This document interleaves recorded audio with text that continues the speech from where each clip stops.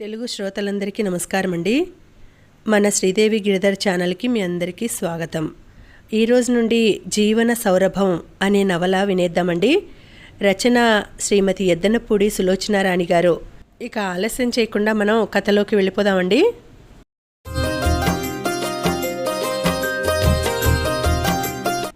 భానుమతి ఈ వార్త నమ్మలేనట్టు గుండెల మీద చెయ్యి వేసుకుంది. ఆమె కళ్ళు విడలిన పత్తికాయల్లా అయినాయి. వేటగాడి చేతి నుంచి వదిలిన బాణంలా భర్త కూర్చున్న పడక కుర్చీ దగ్గరికి వచ్చింది. ఆ కళ్ళల్లో ఆగ్రహం, విస్మయం విలయ తాండవం చేస్తున్నాయి. ఏమిటండి మీరనేది? ఎల్లుండి బ్యాంక్ వాళ్ళు వచ్చి మన ఇల్లు జప్తు చేస్తున్నారా?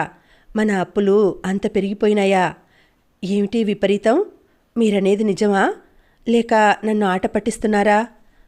ఇదేమాట? నాకు ఒళ్ళు భగ్గున మండిపోతోంది. పడకుర్చీలో వెనక్కి ఆనుకొని కూర్చొని తాపీగా చుట్ట తాగుతున్న భరద్వాజ భార్య అరుస్తున్న ఈ అరుపులకి భయపడలేదు. ఆయన ఈ ప్రపంచంలో అలా పడకుర్చీలో వెనక్కు వాలి గంట చుట్ట మునివేళ్లతో పట్టుకుని పొగ తాగడం కంటే స్వర్గసుఖం ఇంకేది లేనట్టు కూర్చుని ఉన్నారు. ఆయన కళ్ళల్లో నిర్లిప్తత భానుమతికి పిచ్చెక్కిచ్చేస్తోంది.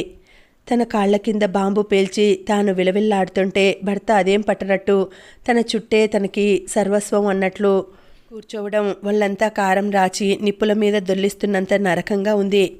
భానుమతి ఎప్పుడూ చేసినట్టే ఇప్పుడు అలవాటుగా అదే పని చేసింది. ఆయన మీదకి వంగింది. ఎడమ చేత్తో దురుసుగా ఆయన నోట్లో చుట్టని లాగేసి అసహ్యమైన పదార్థంలా కంపరంగా చూస్తూ కిటికీలో నుంచి బయటకు పారేసింది. భాను, నా దగ్గర ఇక డబ్బులు కూడా లేవు. అది నా ఆఖరి చుట్ట. ఈ కాస్త సుఖం కూడా నువ్వు గిరాటు కొట్టేశావు ప్రశాంతంగా అన్నారాయన. నేను మిమ్మల్ని ఇంటి సంగతి అడుగుతున్నాను.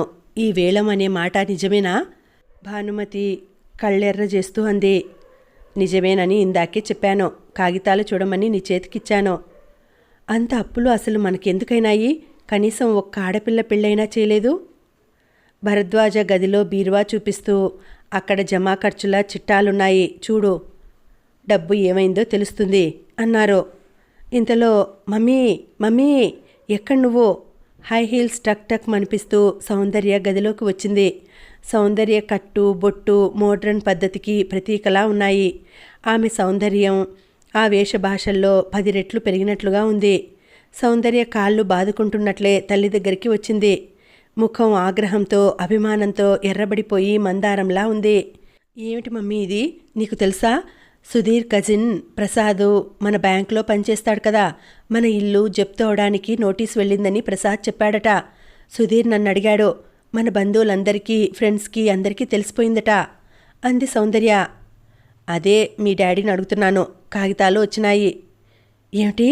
కాగితాలు కూడా వచ్చేసాయా? ఎక్కడా? ఏవి? సౌందర్య కళ్ళు పెద్దవి చేసి అడిగింది. భానుమతి చేతిలో కాగితాలు ఇచ్చింది.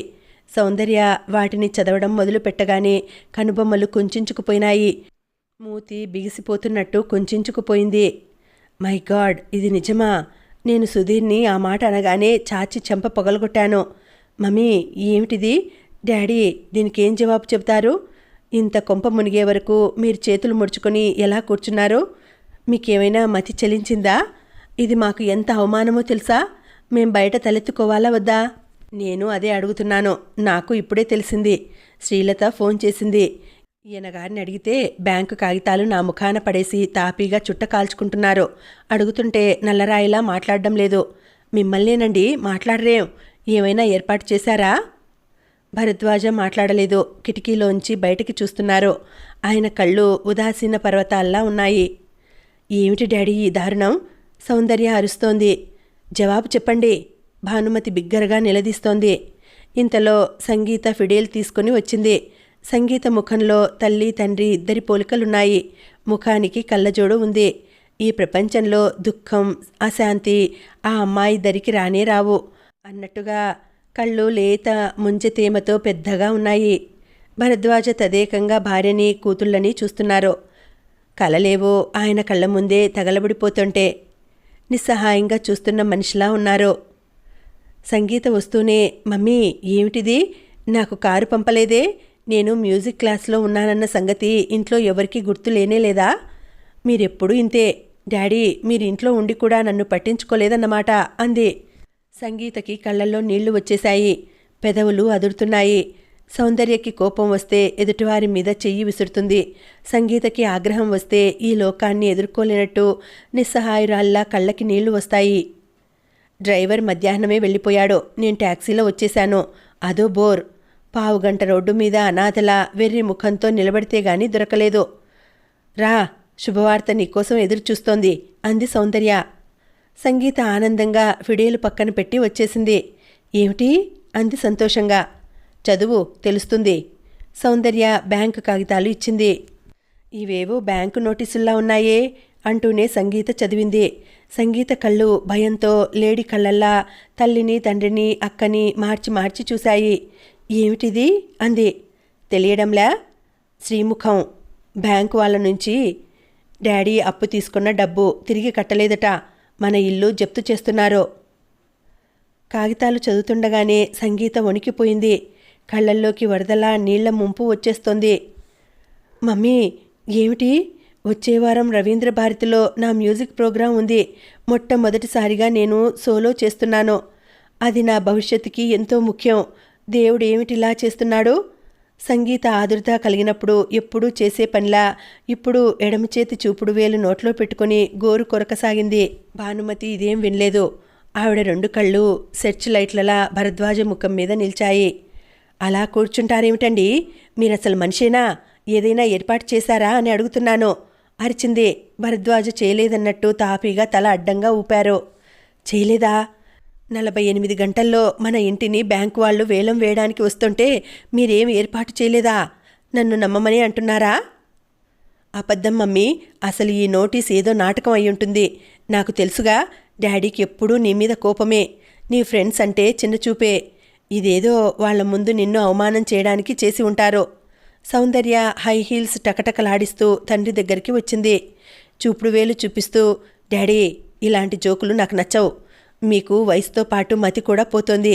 అమ్మకి మీకు యుద్ధం ఉంటే మీరిద్దరూ పోయి మీ బెడ్రూమ్లో కొట్టుకోండి, చంపుకోండి.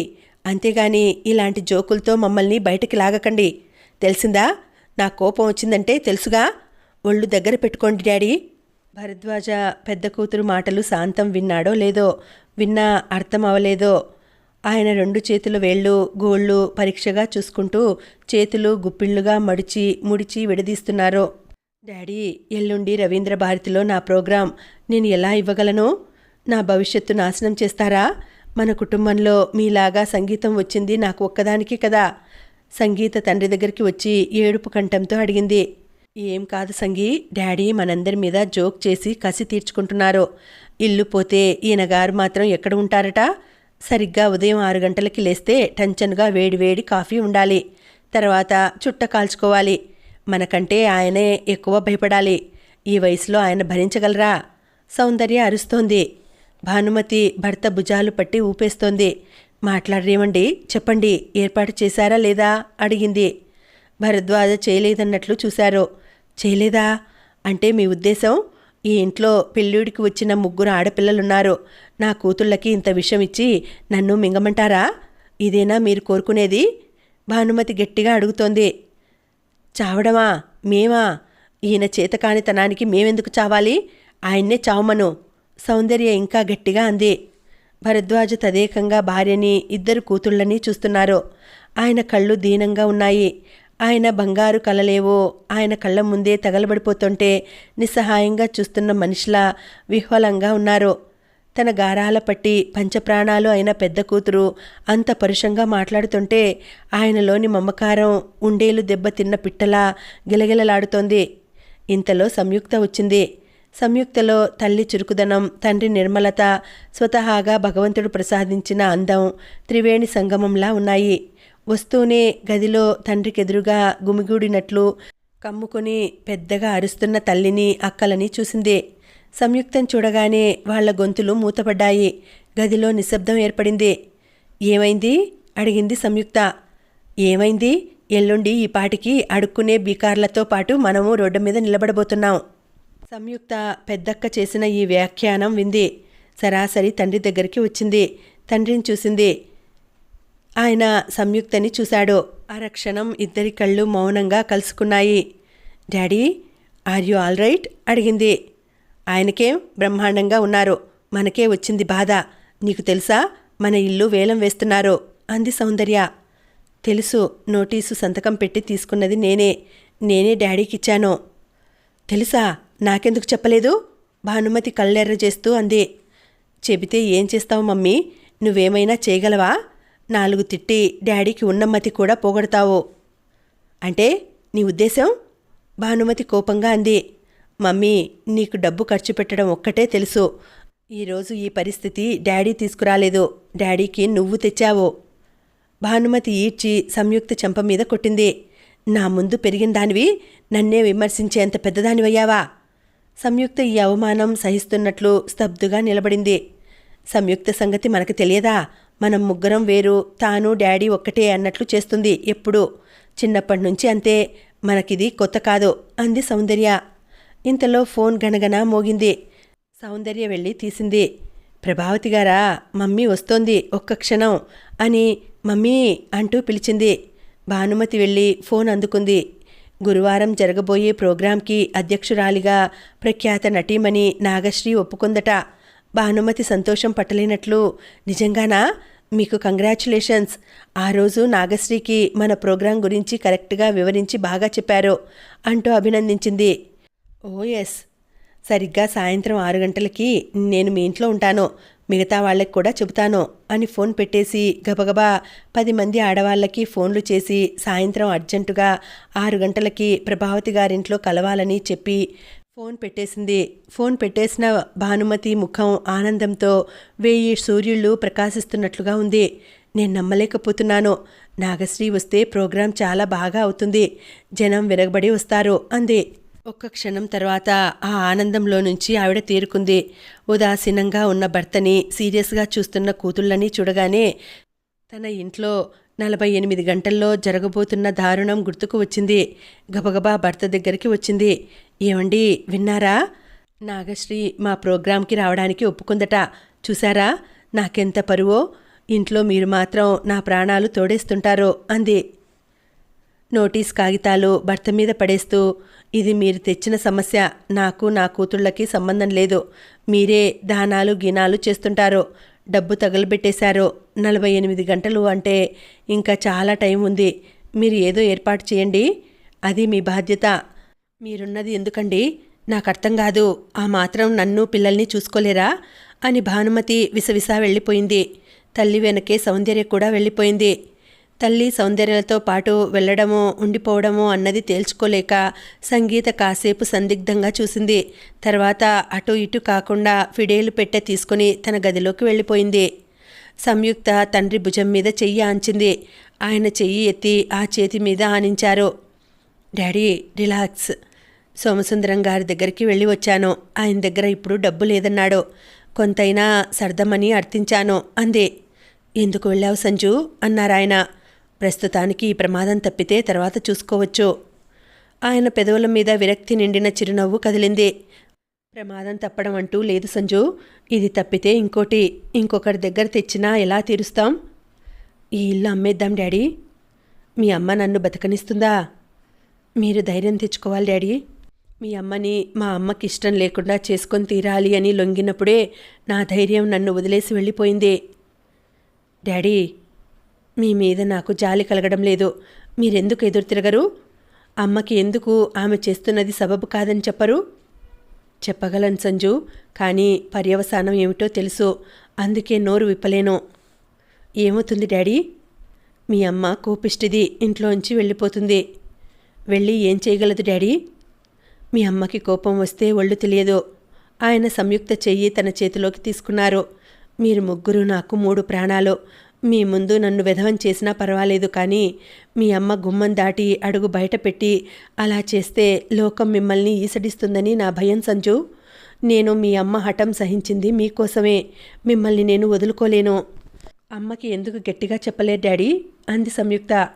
అది నా బలహీనత. మీ అమ్మ పెళ్ళప్పుడే ఈ లోకం ముందు నన్ను ఒక హీరోని చేసింది. నేను మా అమ్మకి నాన్నకి ఇష్టం లేకుండా వారి మీద తిరగబడి మీ అమ్మని పెళ్లి చేసుకోవడమే ఒక గొప్ప ఘనకార్యం అనేలా పొగడ్తలు గుప్పించింది. అవి మాటలు, ఒట్టి మాటలు, అర్థం లేని ఆడంబర శబ్దాలు. తనకి ఇష్టంగా ఎదుటి మనిషిని మలుచుకోవడంలో మీ అమ్మకి అపారమైన తెలివి ఉంది. ఆవిడికి నచ్చినట్లు ప్రవర్తించడం, ఆవిడికి నచ్చిన ఉద్యోగం చేయడం, ఆవిడికి నచ్చినట్టు బట్టలు ధరించడం, మాట్లాడడం. నేను ఒక కీ ఇచ్చిన బొమ్మని అయిపోతున్నాను అని తెలిసేసరికి మాకు మీ ముగ్గురు పుట్టేశారు. మీకోసం ఆవిడకి నేను శాశ్వతంగా, ఆవిడకి నచ్చిన విధంగా తోలుబొమ్మనే అయిపోయాను. తిరగబడడానికి నాకు ధైర్యం చాలలేదు, శక్తి లేకపోయింది. ఇప్పుడు అవన్నీ ఎందుకు డాడీ, మీరు రెస్ట్ తీసుకోండి. వేటి కోసం నేను కీలుబొమ్మనయ్యానో అవి నాకు దక్కకుండా పోయినాయి. ఈ అవాంతరం ఎప్పుడో నేను ఎదుర్కోక తప్పదని నాకు బాగా తెలుసు.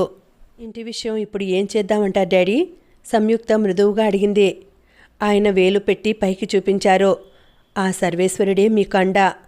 మనకి అనండి డాడీ, సంయుక్త సరిచేసింది. ఇక ఏది జరిగినా మీకే, నా పని అయిపోయింది. అలా ఎప్పుడూ అనవద్దు డాడీ, సంయుక్త బ్రతిమలాడుతున్నట్టు చూసింది. సంయుక్త, నీకు ఫోన్. సౌందర్య దూరం నుంచి అరిచింది. సంయుక్త వెళ్ళింది. భరద్వాజ కిటికీలో నుంచి బయటికి చూస్తున్నారు. ఆయనకి తాను చేరుకోవాల్సిన తీరం ఏమిటో సుస్పష్టంగా కనిపిస్తోంది. దాన్నే తదేకంగా చూస్తున్నారు. సంయుక్త ఫోన్ తీసింది. హలో అంది. హలో సంయుక్త. చెప్పు ప్రణయ్ అన్నది. సంయుక్త, నేను మధ్యాహ్నం అడిగిన దానికి ఏం జవాబు చెబుతున్నావు? అతని కంఠంలో చెప్పలేని ఆతృత ఉంది. నాకు టైం కావాలని చెప్పాను, సంయుక్త గుర్తు చేసింది. నో, ఇక నీకు టైం ఇవ్వను.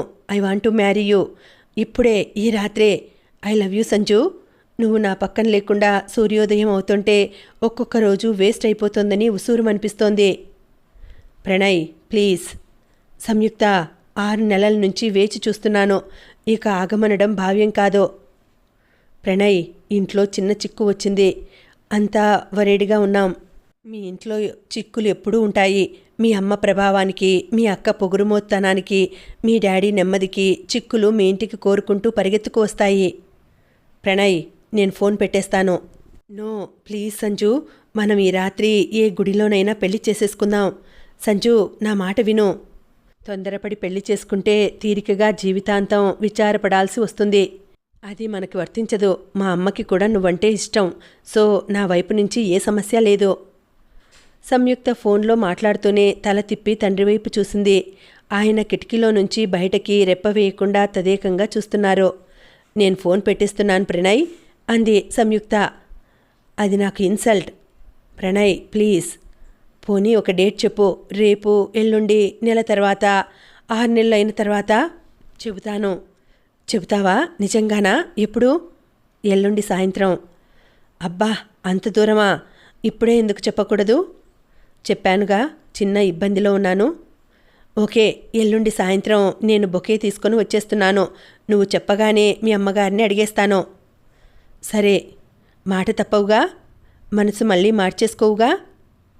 అది నువ్వు చేయకుండా ఉండాలి. నేను ఆ మాట అంటే అటు సూర్యుడు ఇటు పొడుస్తాడు. ఉంటాను ప్రణయ్. ఓకే, ఎల్లుండి సాయంత్రం కలుస్తున్నాను. ప్రామిస్. సంయుక్త ఫోన్ పెట్టేసింది. వెనక్కి తిరిగింది. తండ్రి అక్కడ లేరు. ఆయన అప్పుడే లేచి వెళ్ళినట్టుగా కుర్చీ ఖాళీగా ముందుకి వెనక్కి ఊగుతోంది. సంయుక్త నిట్టూర్చింది. తన గదిలోకి వెళ్ళింది. రాత్రైంది. నవ్వులతో, కేరింతలతో కళకళగా సందడిగా ఉండే వాతావరణం ఒక్కసారిగా మూగపోయింది. సంయుక్త టైప్ చేస్తున్న కాగితాలు బొత్తిపెట్టి సరిచూసుకొని ఫైల్లో జాగ్రత్తగా పెట్టింది. నళిని వర్క్ అది. జాబ్ వర్క్ ఇంటికి తెచ్చుకుంటుంది. తాను రాత్రంతా మేల్కొని అది టైప్ చేసి ఇస్తే నళిని తనకి వచ్చిన దాంట్లో సగం ఇస్తుంది. అది తక్కువ డబ్బే. రాత్రంతా కరెంటు ఖర్చు, తన నిద్రలేములతో ఆలోచిస్తే అదేమంత విలువైనది కాదు. కానీ తను యూనివర్సిటీకి వెళ్ళి రావడానికి అవసరం తీరుస్తుంది. తండ్రి 4 నెలల నుంచి తమ ముగ్గురికి ఒక్కొక్కరికి నెల నెల ప్యాకెట్ మనీ ఇచ్చే 200 ఇవ్వడం మానేశారు. తల్లి చాలా గొడవ చేసి ఘర్షణ పడింది. ఆడపిల్లలు, వాళ్ళకేవో ఖర్చులుంటాయి. అలా మీరు తోక తెగ్గోసినట్టు చేస్తే వాళ్ళేమైపోతారు? డ్రైవర్ని కూడా మానమని చెప్పేశారట. మేం బయటకు వెళ్లకుండా ఇంట్లో ఖైదీల్లా పడి ఉండాలనా మీ ఉద్దేశం? అంది. భాను, చాలా రోజులు అదంతా మీరు ఎంజాయ్ చేశారు కదా. డబ్బుకి కొంచెం ఇబ్బందిగా ఉంది. కొన్ని ఖర్చులు మానేస్తే ఏమవుతుంది? డబ్బుకి ఇబ్బందా? మీరేం చేస్తున్నారట? మీరుండగా నా పిల్లలకి ఆ ఇబ్బంది ఎందుకు రావాలి? వాళ్ళు నీ పిల్లలే కాదు, నా పిల్లలు కూడా బాధగా అన్నారాయన. సౌందర్య తండ్రి ప్యాకెట్ మనీ ఇవ్వడం మానేశారని ఆయనతో మాట్లాడకుండా మూతి బిగించేసింది. ఆయనకి సౌందర్య అంటే ప్రాణం. ఆయనతో మాట్లాడకుండా సౌందర్య ఉండగలదు, కానీ ఆయన ఉండలేరు. ఆయన ఎక్కడి నుంచి డబ్బు తీసుకువచ్చారో కానీ మళ్ళీ ఇవ్వడం మొదలుపెట్టారో. నాకు వద్దు డాడీ అంది సంయుక్త. ఎందుకని సంజు? ఇంత పెద్దవాళ్ళం అయ్యి మిమ్మల్ని డబ్బుకి ఇబ్బంది పెట్టడం బాధగా ఉంది డాడీ. నాకు సిగ్గుగా ఉంది. మీరు మమ్మల్ని మా చదువు అయిపోగానే ఉద్యోగాల్లో ఎందుకు పెట్టలేదు? ఆయన సంయుక్త భుజం తట్టారు. మనుషుల్ని కొన్ని బలహీనతలు తాళ్లతో బిగిస్తాయి, తీసుకో. సంయుక్త చేతిలో పెట్టారాయన. సంయుక్త ఆ డబ్బు జాగ్రత్తగా దాచేది. నెల చివర్లో ఒకసారి ఆయన ఎన్నడూ లేంది సంజు అని పిలిచి దగ్గరగా వెళ్ళగానే చెయ్యి పట్టుకుని రహస్యంగా, నీ దగ్గర ఏమైనా డబ్బులున్నాయా అని అడిగారు. ఉన్నాయి. సంయుక్త తల ఊపి పరుగున వెళ్ళి 200 రూపాయలు తెచ్చి ఇచ్చింది. ఇది నువ్వు ఖర్చు పెట్టలేదా అడిగారు ఆశ్చర్యంగా. ఊహూ అంది. ఆయన అందులో 20 రూపాయలు మాత్రం తీసుకున్నారు. చుట్టలకి సంజు, ఐఎమ్ సారీ అన్నారు. సారీ ఎందుకు చెప్తా డాడీ, ఇది మీరు ఇచ్చిన డబ్బేగా అంది. ఊహూ, ఒకసారి పిల్లలకి ఇస్తే అది ఇక తల్లిదండ్రులకి చెందదు. సిల్లి, చాదస్తం డాడీ సంయుక్త మందలింపుగా అంది. తండ్రి ఈ మధ్య పరధ్యానంగా నిశ్శబ్దంగా ఉండడం అప్పుడప్పుడు సంయుక్త గమనిస్తూనే ఉంది. సంయుక్తకి నిద్ర రావడం లేదు. మనసులో ఏదో తెలియని అలజడి, అనిర్వచనీయమైన నిశ్శబ్దం. అలా తుఫాను ముందు ప్రశాంతతలా ఉంది. సంయుక్త గదిలో నుంచి బయటకు వచ్చింది. తండ్రి గదిలో నుంచి ఫిడేలు వాయిస్తున్న శబ్దం వినిపిస్తోంది. సంయుక్తకి ఒక్కసారిగా చాలా ఉత్సాహం వచ్చేసింది. తండ్రి ఎన్నో సంవత్సరాల తర్వాత ఫిడేలు వాయిస్తున్నారు. తన చిన్నప్పుడు ఆయన ఎక్కువగా రాత్రివేళ అమ్మ మీటింగులకి వెళ్ళినప్పుడు వాయించేవారు. అమ్మ వెళ్ళే ఆ మీటింగ్లు అంటే తనకి పరమ బోర్. తండ్రితో ఇంట్లోనే ఉంటాననేది. తండ్రి ఒడిలో కూర్చుని ఆయన ఫోన్లో మాట్లాడుతుంటే నిద్రలోకి జోగుతూ ఉండేది. ఆయన కథలు చెప్పేవారు, చదరంగం నేర్పారు, ఫిడేలు నేర్పారు. కానీ తనకంటే సంగీత గొంతు మంచిది అనడంతో సంగీతకి ఫిడేలు ఇచ్చేశారు. సంయుక్త పరుగున వచ్చి దగ్గరగా వేసి ఉన్న తండ్రి లైబ్రరీ రూమ్ తలుపులు తోసి చూసింది. కళ్ళు మూసుకుని తదాత్మ్యంతో వాయులీనంలో తాను లీనమైపోయినట్టు వాయిస్తున్న ఆయన సంయుక్త వచ్చిన అలికిడి గమనించలేదు. కళ్ళు మూసుకుని రాగంతో పాటు ఛాతీకి గడ్డం ఆనేలా తల వంచుతూ మళ్ళీ ముఖం ఎత్తుతూ పరవశంలో ఆ నాదంలో ఐక్యమైపోయినట్టు వాయిస్తున్నారు. సంయుక్తకి చాలా ఆనందం వేసింది. తండ్రి అలా వాయిస్తుంటే కళ్ళల్లోకి నీళ్లు వస్తున్నాయి. మెల్లగా అడుగుల శబ్దం కానీయకుండా వచ్చి తండ్రి పక్కనే సోఫాలో కూర్చుంది. సంయుక్త తండ్రిని చూసి ఆశ్చర్యపోతోంది. ఆయన మూసుకున్న కళ్ళ నుంచి ధారలుగా నీళ్లు బుగ్గల మీదికి జారిపోతున్నాయి. ఆయన ముఖంలో ఆనందం, విషాదం ఒకదానికొకటి తరుముతున్నట్టుగా కనిపిస్తున్నాయి. ఇంతలో గుమ్మం దగ్గర చప్పుడైంది. డాడీ సౌందర్య అరిచింది. గుమ్మంలో సౌందర్య వెంట సంగీత కూడా ఉంది. ఆయన ఉలికిపాటుగా కళ్ళు తెరిచారు. ఆయన చేతిలో కమాను మెల్లగా ఆగిపోయింది. మేము నిద్రపోనవసరం లేదా? ఇప్పుడు తీరుబడి అయిందా మీకు? సౌందర్య అరిచింది. సంగీత తండ్రి దగ్గరికి వచ్చి ఫిడేలు తీసేసుకుంది. రవీంద్ర భారతిలో నా ప్రోగ్రాం ఉంది. దీనికి ఏదైనా అయితే మీరు రిపేర్ చేయడానికి డబ్బులు లేవంటారు. సంగీత క్షమాపణగా చూసినా స్థిరంగా తన ఫిడేలు ఆయన చేతుల్లో నుంచి తీసుకుని వెళ్ళిపోయింది. సౌందర్య తండ్రి దగ్గర కూర్చున్న సంయుక్తను చూస్తూ ఇప్పుడు సంగీత దర్బారు పెట్టించడానికి సిగ్గుండాలి అనేసి వెళ్ళిపోయింది. భరద్వాజ సోఫాలో వెనక్కి వాలి కళ్ళు మూసుకున్నారు. సంయుక్త ఆయన కళ్ళనీళ్లను చేత్తో సుతారంగా తుడిచింది. అక్క ఎప్పుడూ అందర్నీ అలా ఈసిడిస్తుంది. ఎందుకు డాడీ? నా పెంపకం తప్పు సంజు. మమ్మల్ని కూడా మీరే పెంచారు కదా. ఆయన సమాధానం చెప్పలేదు. ప్రతి చిన్న విషయం, ఏది లోపం జరిగినా మీ మీద బాధ్యత వేసుకుంటారెందుకు? ఆయన కళ్ళు తెరిచారు. సంయుక్త తల మీద చెయ్యి వేసి నిమిరారు. వెళ్ళి నిద్రపో సంజు. నా పేరు దగ్గర నుంచి ఇంతే. మీరు సంజీవిని అని పేరు పెడితే అమ్మ సంయుక్త అని మార్చేసింది. అయినా మీరు వ్యతిరేకించలేదు. మీ అమ్మని వ్యతిరేకించలేకపోవడం నా బలహీనత. మనిషికి బలహీనతలు ఉండకూడదని మీరేగా చెప్పారు. అవును. ఆయన వెనక్కి తల ఆనించి కళ్ళు మూసుకున్నారు. 10 నిమిషాలైంది. ఆయన పెదవులకి ఆయనకిష్టమైన సువాసనతో ఏదో తగిలింది. కళ్ళు తెరిచారు. సంయుక్త ఆయన నోటిలో చుట్ట పెట్టి వెలిగిస్తోంది. చుట్ట ఉందా? నేనొకటి మీ పెట్టెలో నుంచే తీసి దాచాను. మీరైపోయాయి అన్నప్పుడు ఇద్దామని. ఆయన సంయుక్త భుజం తట్టారు. God bless you. నేను ఆఖరి చుట్ట కాల్చేశాను అనుకున్నాను. సంయుక్త ఆయన ఒడిలో తల పెట్టుకుని పడుకుంది. సంయుక్తకి అది చాలా ఇష్టం. భయమేస్తోంది డాడీ అంది. ఎందుకు సంజు? నాకు తెలియడం లేదు, భయం వేస్తోంది అని అర్థమవుతోంది. భయం అనేది కేవలం మనకు ఉన్న భ్రమ. ఈ ప్రపంచంలో భయపడాల్సినది ఏదీ లేదు. ఆయన సంయుక్త తల నిమ్రాడు. కొద్దిసేపయింది. నిద్ర వస్తోంది, వెళ్ళి పడుకో అన్నారు తట్టి లేపుతూ. సంయుక్త లేచింది. వెళ్ళబోతూ ఆగింది. తండ్రి చెంప మీద పెదవులు ఆనించి గుడ్ నైట్ డాడీ అంది. ఆయన గుమ్మం వరకు సంయుక్త భుజం చుట్టూ చెయ్యి వేసి తీసుకువచ్చి పంపారు. కారిడార్లో వెళుతూ నిద్రాభారంతోనే తిరిగి చూసింది. భరద్వాజ గుమ్మంలో నిలబడి ఇటే చూస్తున్నారు. సంయుక్త చెయ్యి ఊపి వీడుకోలు చెప్పింది. సంయుక్త వెళ్ళగానే ఆయన గదిలోకి వెళ్ళి గది తలుపు మూసి గడియ పెట్టుకొని తలుపులకి తల ఆనించుకొని కళ్ళు మూసుకొని సర్వేశ్వరా అనుకున్నారు.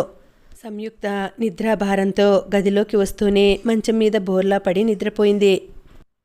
ఇంకా ఉందండి, కథ కొనసాగుతుంది. మళ్ళీ వచ్చే వీడియోలో తర్వాతి భాగం తెలుసుకుందామండి. అంతవరకు సెలవు. నమస్తే.